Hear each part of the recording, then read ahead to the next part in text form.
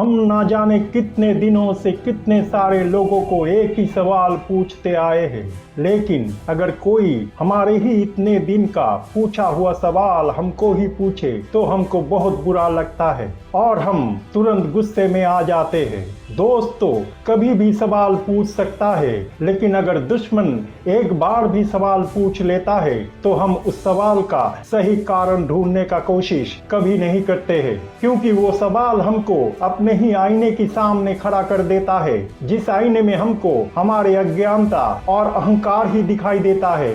क्योंकि हम में से बहुत सारे लोगों को शायद याद ही नहीं है कि वो ना जाने कितने दिनों से यही सवाल दूसरों को पूछते आए हैं। होता है, ऐसा भी होता है, जब खुद की बारी आता है तो हमें कुछ याद ही नहीं रहता है। बहुत सारे लोगों को ये पसंद नहीं है कि कोई उसको लेकर सवाल पूछे, क्योंकि वो मानते ही नहीं है कि वो कभी गलत कुछ कर भी सकता है। अगर आपके लिए कोई शख्सियत या संगठन आपसे भी बड़ा है तो आपके दुश्मन के लिए भी मजहब इंसानियत से बड़ा ही होगा। भगवान के शिक्षा का आईने में पक्षपात नहीं होता है। हम बार बार एक ही भूल करते हैं और बार बार एक ही गलतियों को दोहराते भी हैं। हम घटनाओं के असली कारणों को समझ ही नहीं पाते हैं, दूसरे जो कह रहे हैं उस पे यकीन करते हैं। पिछले बार जब किसी एक पड़ोसी के साथ हुए घटनाओं के माध्यम से हमें सीख मिला था, तब हम उस सीख को समझ ही नहीं पाए थे, और इस बार भी किसी दूसरे पड़ोसी से हमको वही सीख मिला है, लेकिन हम अभी तक तो उसे समझ ही नहीं पाए हैं। हालांकि इस बार घटनाओं के स्वरूप बदल गया है। अरे बच्चे तो वही सीखेंगे जो बड़े बहुत दिनों से करते आए हैं, स्टूडेंट्स तो वही सीखेंगे जो उनका शिक्षक उन्हें सिखाएंगे, और प्रजा तो वही करेंगे जो उनके राजा उनसे करने को कहेगा, है ना। सोचिए, अगर राजा घटनाओं से सीख नहीं लेता है तो उनकी संगठन और प्रजा भी घटनाओं का गलत व्याख्या ही करेंगे और घटनाओं के पीछे का असली सच को समझ ही नहीं पाएंगे। जैसे अंधेरा से ही प्रकाश निकलता है, ठीक वैसे ही नेगेटिव घटनाओं से इंसानों को पॉजिटिव शिक्षा मिलता है। अगर अंधेरा ना हो तो प्रकाश का महत्व हम समझ ही नहीं पाएंगे, और अगर जिंदगी में गलती ना हो तो हम खुद को सही कैसे बनाएंगे। अंधकार में ही सच छुपा होता है और वही हमारा आईना है। घटनाओं के साथ समय का निर्माण होता है। घटित हुए घटनाएं जैसे फिर से घटित नहीं होता है, ठीक वैसे ही समय कभी पीछे नहीं जाता है। अगर आप खुद को नई तरीके से देखना चाहते हैं तो बीते हुए घटनाओं से सीख लेकर अपने वर्तमान काल में नए घटनाओं के अंदर उसका प्रयोग कीजिए और आगे बढ़िए। आपके अंतरात्मा कभी भी आपको पराये नहीं समझता है। आपके शरीर ही आपके अंतरात्मा को हमेशा नकारता रहता है। आपके दिमाग ही आपके मन के अंदर भ्रम पैदा करता है। हम घटनाओं से सीख नहीं लेते हैं, घटनाओं के असली कारणों को दूसरी तरफ मोड़ देते हैं। कोई भी घटना हो, हम उसके पीछे जो मटेरियल कारण है सिर्फ उसी को देखते हैं और स्पिरिचुअल सच को समझने का कोशिश भी नहीं करते हैं। जो हमें हमारे पांचों इंद्रियों के माध्यम से प्रत्यक्ष होता है या दिखाई देता है, उसी को हम सच मानते हैं। सच को समझने के लिए भगवान हमारी जिंदगी में ऐसा घटनाओं का निर्माण करते हैं जहां पर भगवान कभी दोस्त के रूप में और कभी दानव रूप लेकर हमें अपना ही गलती का एहसास दिलाता है। हमारी जिंदगी में नेगेटिव घटनाओं का निर्माण करके हमें ये याद दिलाया जाता है कि हम जैसे अपने जिंदगी में खुद की मतलब के लिए इंसानों के बीच में फर्क करते हैं, उनको अलग करते हैं, किसी को छोटा और किसी को महान दिखाते हैं, किसी को अमीर और किसी को गरीब मानते हैं, ठीक वैसे ही हमारे साथ भी होता है। हमको चाहिए कि घटनाओं का गलत व्याख्या ना करके हम उसके पीछे का सच को समझे और खुद की गलतियों को समझते हुए अपने आप को सही दिशा में परिवर्तित करें। जब समय आता है तब जैसे एक राजा को अपने पद को छोड़ना ही पड़ता है, वैसे ही इंसान को धर्म के रास्ते पे चलने के लिए खुद को परिवर्तित करना ही पड़ता है। चाहे लाख कोशिश क्यों ना करे, जबरदस्ती होनी को कोई नहीं बदल सकता है। हम घटनाओं के सही मायने को नहीं समझते हैं, अगर समझते भी है तो उसे स्वीकार नहीं करते हैं। ये नहीं मानते हैं कि घटनाएं हमारे गलत सोच और कर्म का फल भी हो सकता है।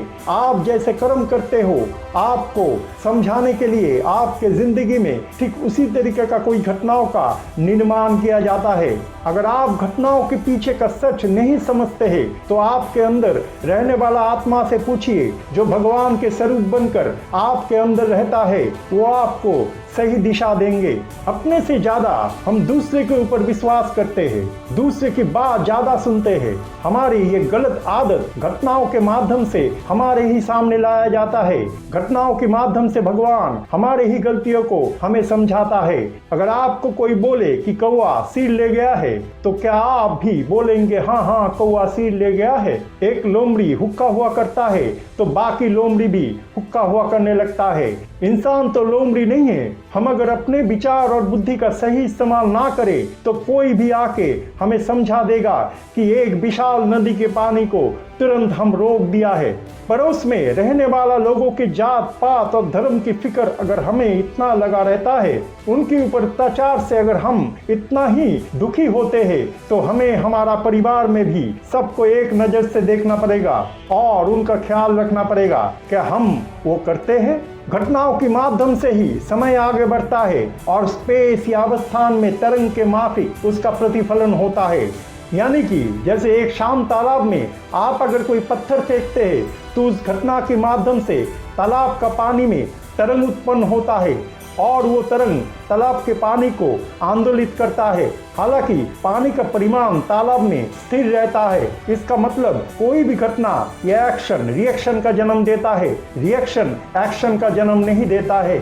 ठीक इसी तरह घटनाओं की वजह से भी प्रतिक्रिया होता है और वो भविष्य में दूसरे घटनाओं का जन्म देता है। जैसे पत्थर के परिमाप, वजन और स्थान परिवर्तन तालाब के पानी में परिस्थिति और उससे उत्पन्न तरंग का प्रभाव नियंत्रण करता है, ठीक वैसे ही घटनाएं और उसका प्रभाव किरदार, स्थान, विषय और परिस्थिति के ऊपर निर्भर करता है। पत्थर के जगह अगर कोई इंसान तालाब में गिर जाता है तो पानी में शब्द और आंदोलन ज्यादा उत्पन्न होगा। ठीक वैसे ही पहली बार घटने वाला कोई घटना से अगर इंसान सीख नहीं लेता है तो दूसरी बार घटनाएं, परिस्थिति, किरदार और कारण बदल जाता है।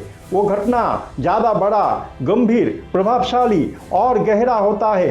ये विश्व ब्रह्मांड की नियम है। आप अपने जिंदगी में इसको प्रत्यक्ष कर सकते हैं।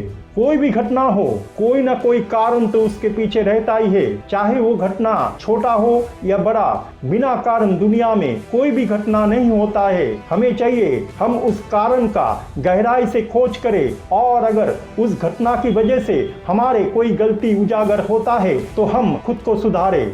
घटनाएं नेगेटिव या पॉजिटिव दोनों हो सकता है।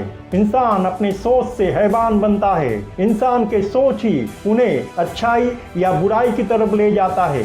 इंसान के रूप में उनके ही अंदर बसा दानव जैसा सोच को आप कैसे मारोगे? इंसान मर जाता है, उनकी सोच कभी नहीं मरता है, उसे बस बदला जा सकता है। एक बात याद रखिए, शक्ति कभी खत्म नहीं होता है।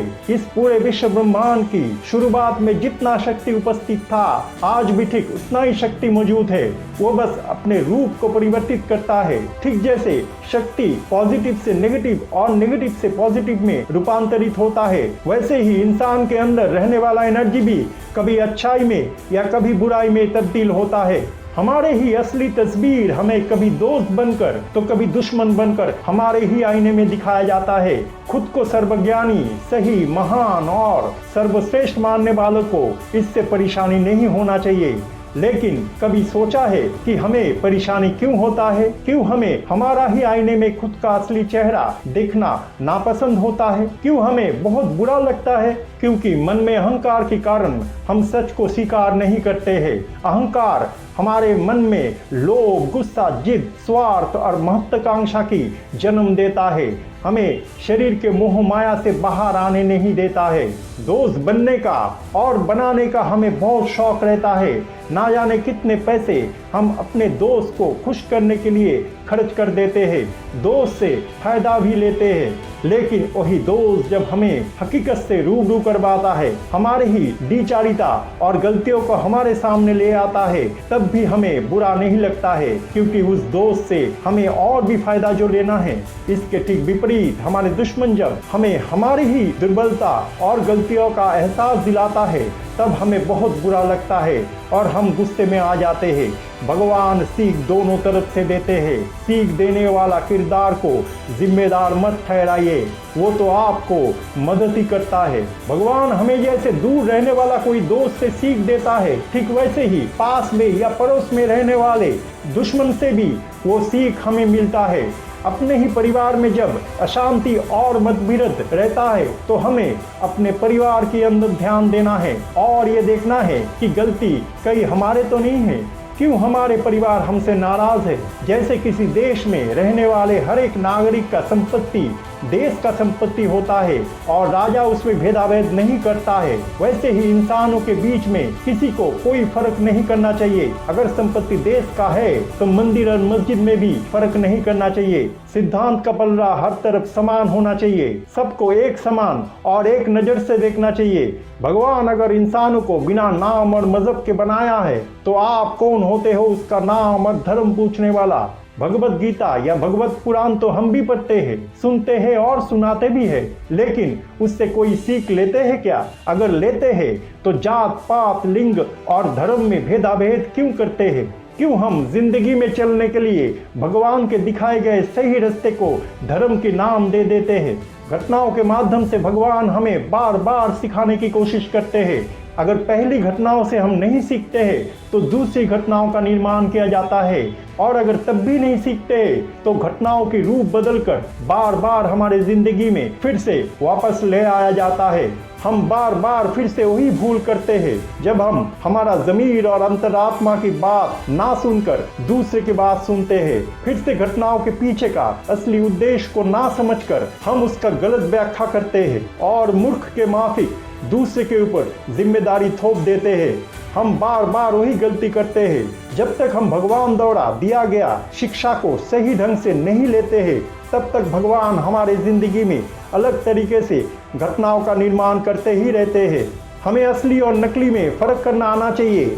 अगर कोई आदमी इंसानों को इंसान की तरह ना देखकर उनको सिर्फ जाति, जेंडर, धर्म, शिक्षा और आर्थिक और सामाजिक अवस्था के अनुसार विचार करते हैं, तब भगवान भी उसे शिक्षा देने के लिए ठीक उसी तरीके का घटनाओं का निर्माण करते हैं। भगवान धरती में कभी महाभारत के अंदर इंसान बन के जन्म लेते हैं, तो कभी नरसिम्हा के रूप में भी जन्म लेते हैं, और हर एक समय हर एक रूप में वो इंसान को कुछ न कुछ सीख देता है। जिसे भगवान बचाता है उसे कौन मारता है, ये सिर्फ एक कहावत नहीं है, ये सच है, ये हकीकत है। आपको शायद पुराण में वर्णित भगवान विष्णु का चौथा अवतार नरसिम्हा का कहानी याद है, जहाँ पे भक्त प्रहलाद का रक्षा करने के लिए खुद श्री कृष्ण आधा इंसान और आधा सिंह के रूप में इस दुनिया में आए थे, जहाँ पर हिरण्यकशिपु का वध करने के माध्यम से वो धर्म का पुनर्स्थापना किया था और इंसान के आने वाला पीढ़ियों को ये सीख दिया था कि इंसान कभी भी इतना अहंकारी ना बन जाए कि खुद को इस दुनिया में सर्वश्रेष्ठ और महान समझने लगे। कर्म के माध्यम से इंसान घटनाओं का जन्म देता है, घटनाएं कर्म फल निश्चित करता है, और उस कर्म फल को प्राप्त करने के समय इंसान जाने या अनजाने दूसरे घटनाओं का निर्माण करता है। इस तरह घटनाओं के माध्यम से इंसान के जिंदगी में कर्म और कर्म फल निश्चित होता है। हम ऊपर में दिखाते कुछ और है और हमारे अंदर कुछ और रहता है। ठीक जैसे प्रीटी कर्नवर्स नाम के पौधा अपने सुंदर रूप और आकर्षण से पतंग को आकर्षित करता है, लेकिन जब पतंग उनके ऊपर आके बैठता है तो वो उसे खा लेता है। इंसानों में भी ऐसा ही होता है, हम देखते कुछ और है और सच कुछ और होता है। घटनाओं के माध्यम से हमें इसी बात को समझाया गया है। जैसे खुद को ज्ञानी और पढ़े लिखे समझने वाले हम एक तरफ राम अवतार के रूप में श्री कृष्ण का पूजन करते हैं और वही हम इंसान के बीच में उनकी जात, धर्म, वर्ण, लिंग और आर्थिक अवस्था को लेकर भेदाभेद भी करते हैं। ये ठीक वैसा ही होता है जैसे घोड़े में बैठा हुआ गाइड इंसानों को स्वर्ग का रास्ता ना दिखाकर जहन्नम में ले जाता है। जो दूसरे के साथ हमेशा छल करता है उसे कभी भी विश्वास नहीं किया जा सकता है जब तक वो पूरी तरीके से अपने बुरी आदतों को छोड़ ना दे। जिसका भगवान के ऊपर आस्था और भक्ति होता है वो हमेशा शांति प्रिय होता है। हालांकि धर्म युद्ध अगर आवश्यक हो तो श्री कृष्ण के भांति धर्म की पुनर्स्थापना के लिए कलियुग में वो भी करना आवश्यक है, लेकिन शर्त यही है कि आपका उद्देश्य सही होना चाहिए और आपका लड़ाई सत्य के ऊपर आधारित होना चाहिए। अगर कर्म करना ही है तो धर्म के राहों पे कर्म करो, नहीं तो उसका फल भुगतो।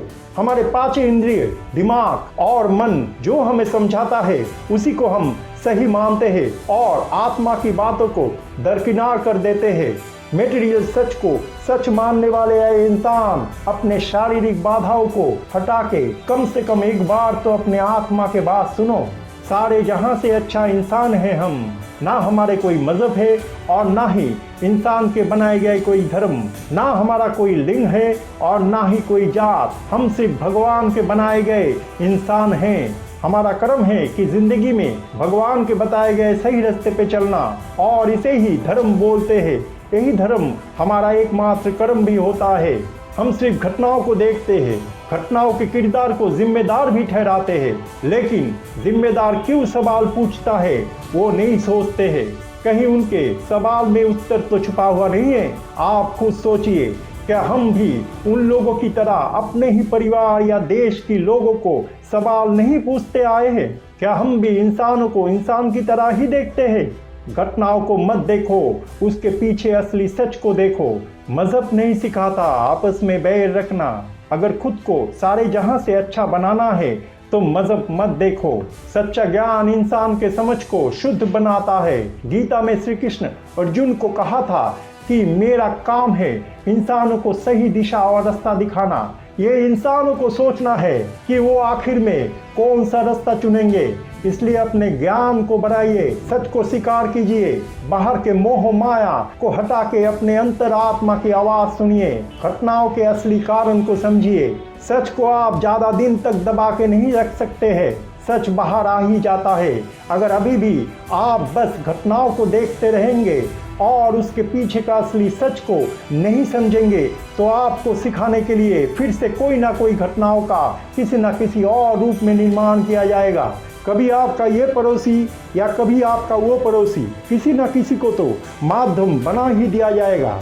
अगर आपने आज घटनाओं के माध्यम से सच को नहीं जाना, सीख को नहीं लिया, तो ये निश्चित जानिए कि आने वाला कल फिर से कोई ना कोई घटनाएं किसी न किसी के माध्यम से आपके जिंदगी में जरूर लाया जाएगा। सीखना तो आपको है ही, क्योंकि जब तक आप नहीं सीखेंगे तब तक ये सिलसिला चलता ही रहेगा। ये भगवान के बनाए गए नियम हैं जिसे ना आप तोड़ सकते हैं और ना ही हम।